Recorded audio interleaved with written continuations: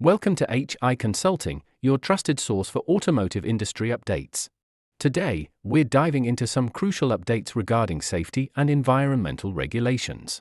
Let's kick things off with the proposed bill under MVMA, drafted in January 2022. This bill aims to address an ongoing issue with vehicle part pricing transparency. The current MVMA requires vehicle manufacturers to disclose the data of parts price on their websites to promote the use of substitutes parts for vehicles and expand consumer choice for vehicle parts.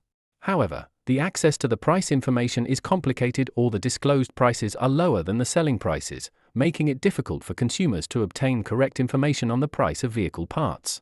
A bill requires vehicle manufacturers, etc., to submit the data for parts price, which is disclosed on the websites, etc., to the Minister of MOLIT. If failing to submit the applicable data or submitting false information, a penalty will be imposed. Moving on to the Korean New Car Assessment Program, we have a revision draft focusing on active safety measures. One highlight is the Evasive Assist System, which is a system for controlling vehicle lateral movement for a limited duration to avoid or mitigate a collision. This protocol refers to UN R79 and Euro NCAP lane support system. Let's explore the details.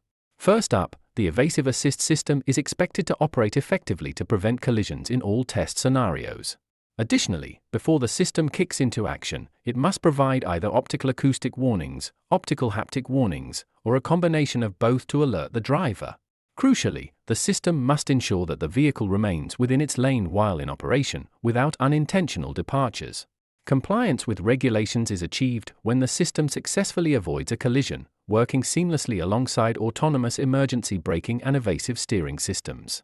Next up, we have the promulgation of Enforcement Decree and Enforcement Rule of the Act on Promotion and Support of Commercialization of Autonomous Vehicles. This sets the groundwork for a safe and reliable cooperative intelligent transport system. When it comes to Korean AV safety regulation, Level 3 autonomous vehicle regulation has been implemented from July 2020. It was harmonized with UN R157. However, unlike UN regulation, which has speed limit 60 km per hour, Korean regulations do not limit speed. The manufacturer should determine the maximum speed considering the speed limit of driving road. The lane change is allowed only when the minimum risk maneuver is operated. Lastly, in the safety realm, we have criteria for determining the origin of electric vehicles.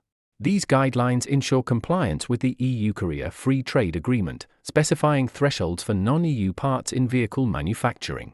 Now, let's shift gears and talk about environmental regulations. First up, we have the promulgation of regulation on test procedures, etc., for energy efficiency, greenhouse gas emissions, and fuel economy of vehicles. There are no changes from the revision draft. Following that, we have another promulgation of regulations on fuel economy and rating identification of vehicles. The promulgation remains unchanged from the revision draft. In terms of incentives, the guideline for subsidy management for the 2022 electric vehicle supply has been released. This includes expanded subsidies for electric passenger cars and requirements for battery information provision. Lastly, there was a proposal for self-compliance test of in-use vehicle, drafted on Jan. 2022. Under the current regulation, MOE selects the in-use vehicles and conducts the test for checking their compliance. In 2021, however, MOE presented a proposal which requires the vehicle manufacturer to conduct the in-use vehicle compliance test by itself at an authorized local testing facility and report its result to the authority. However, it caused great concerns and controversies among manufacturers. For a follow-up action, MOE held a meeting to share the draft for the self-compliance test and to discuss matters in detail with vehicle manufacturers. Thank you for watching. For more information, visit us at hiconsulting.co.kr or email us at hskim@hiconsulting.co.kr.